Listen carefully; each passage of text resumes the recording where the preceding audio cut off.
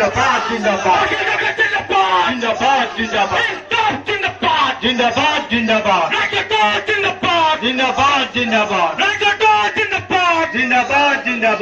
जिंदाबाद जिंदाबाद जिंदाबाद जिंदाबाद जिंदाबाद जिंदाबाद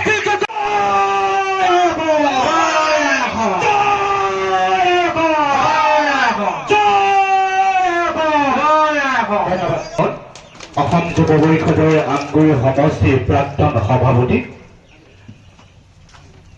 আমাৰ মাজত আছে অসম যুৱ পৰিষদ আমাৰ মাজত উপস্থিত আছে অসম যুৱ পৰিষদৰ বিধানসভা আমগুৰি বিধানসভা সমষ্টি সাংগঠনিক যুৱ নেতা বিশেষভাৱে আজি যোগদান কৰে অসম গণ পৰিষদৰ আমগুৰি বিধানসভা সমষ্টিৰ যুৱ পৰিষদৰ সভাপতি জিতু জ্যোতি লাহন, সহকাৰী সাধাৰণ সম্পাদক সীমান্ত গগৈ, সাংগঠনিক সম্পাদক মিনহাজ ইছলাম আৰু অসম জাতীয় পৰিষদৰ পৰা অসম জাতীয় পৰিষদৰ সংখ্যালঘু জিলা শিৱসাগৰ জিলা সংখ্যালঘু শক্তিৰ সভাপতি জাকিৰ হুছেইন, তেখেতকে ধৰি সৰ্বমুঠ প্ৰায় 300 মান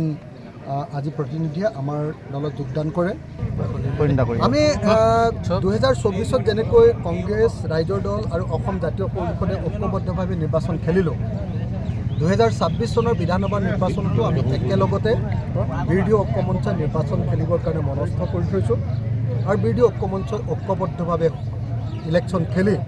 2026 চনত আমি বিজেপি দলক পৰাভূত কৰিম আৰু বিজেপি দলৰ যি সাম্প্ৰদায়িক ৰাজনীতি, এই সাম্প্ৰদায়িক ৰাজনীতিক আমি বিদায় দিম। আনহাতে শদিয়া জিলাৰ বৰ্তমানৰ সভাপতি, প্ৰাক্তন সভাপতি আৰু মানে এতিয়া প্ৰাক্তন হ'ল, বৰ্তমানৰ সভাপতি আছিলে বিজেপি দলৰ বা শদিয়া জিলাৰ সভাপতি আৰু ধেমাজি জিলাৰ প্ৰভাৰী বিজেপি দলৰ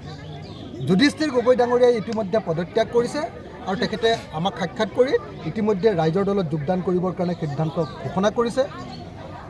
ডক্টৰ ভৱেন মোহন ডাঙৰীয়া, যুধিষ্ঠিৰ গগৈ ডাঙৰীয়াকে ধৰি এটা বিশাল বিজেপি দলৰ এটা বিশাল বাহিনী কেইদিনমানৰ ভিতৰতে, এই মাহটোৰ ভিতৰতে আমাৰ ৰাইজৰ দলত যোগদান কৰিব। আমিহে সময় দিব পৰা নাই বানপানীত লাগি থকাৰ কাৰণে। যেতিয়াই আমাৰ সময়টো সুযোগটো আহিব সেইদিনা তেখেতসকলে যোগদান কৰিব। বানপানীটো অকণমান কমি ল'বলৈ দিছোঁ, এই সময়ত বানপানীৰ সময়ত বানপানীত আমি বেছিকৈ সময় দিব খুজিছোঁ।